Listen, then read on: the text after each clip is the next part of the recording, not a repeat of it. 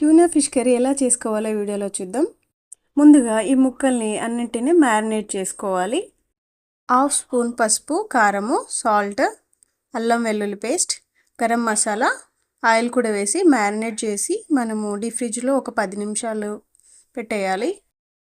Time ఉంటే ఎక్కువసేపు కూడా పెట్టచ్చు.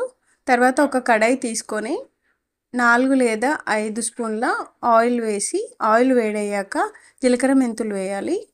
కట్ చేసి పెట్టుకున్న ఆనియన్, పచ్చిమిర్చి, కరివేపాకు వేసి కొంచెం ఆయిల్ ఫ్రై అయ్యాక అల్లం వెల్లుల్లి పేస్ట్, టర్మరిక్ కూడా వేసి పచ్చి వాసన పోయేంత వరకు ఉంచాలి. తర్వాత మనం మ్యారినేట్ చేసి పెట్టుకున్న ఈ ముక్కల్ని నూనెలో ఫ్రై అవ్వనివ్వాలి. ఈ ముక్కలన్నీ ఫ్రై అవుతున్నప్పుడు మనము 4 లేదా 5 టమాటా ప్యూరీ చేసుకొని పక్కనే పెట్టుకోవాలి.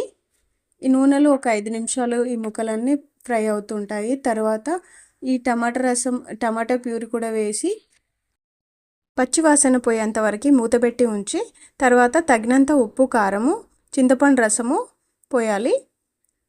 లాస్ట్లో కొంచెం మెంతి పౌడరు ఇంకా గరం మసాలా కూడా యాడ్ చేస్తే మనకి ట్యూనా ఫిష్ కర్రీ రెడీ అయిపోతుంది. ఆయిల్ పైకి వచ్చేంత వరకు లో ఫ్లేమ్లో పెట్టి లాస్ట్లో కొంచెం కొత్తిమీర వేయాలి. మన హెల్త్కి చాలా బెనిఫిట్స్ ఇచ్చే ఈ ట్యూనా ఫిష్ కర్రీ మీరు కూడా ట్రై చేయండి. చాలా టేస్టీగా ఉంటుంది.